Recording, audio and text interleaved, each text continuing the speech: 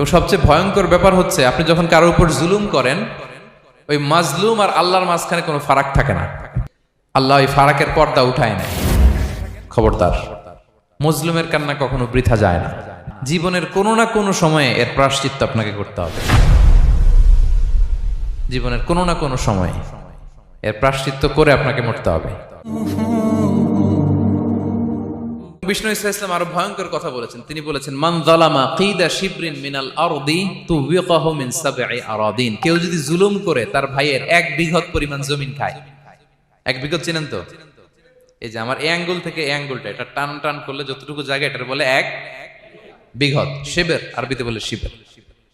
হ্যাঁ, মান যালামা কিদা শিবর। বিষ্ণু বলেন এই 1 শিবর, 1 বিঘত জমি যদি কেউ অন্যায়ভাবে জুলুম করে তার ভাইয়ের কাছ থেকে খায়, কিয়ামতের দিন তুবিকা আলাইহি সাবউ আরাদিন, এই 7 জমিনকে আল্লাহ তাআলা তার ঘাড়ে চাপাবে। খা এবার, খা।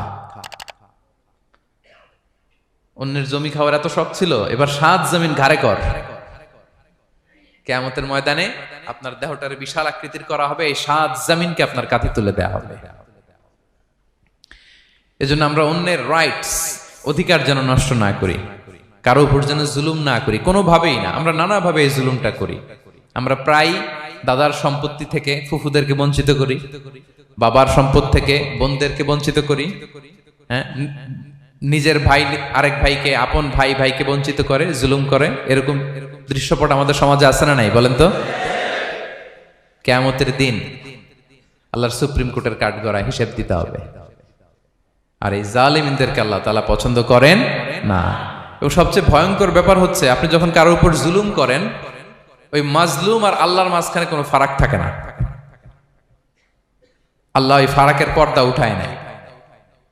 বিষ্ণু বলেন, ইত্তাকি দাওয়াতাল মাজলুম, তোমরা মজলুমের বদদোয়াকে ভয় করো, খবরদার।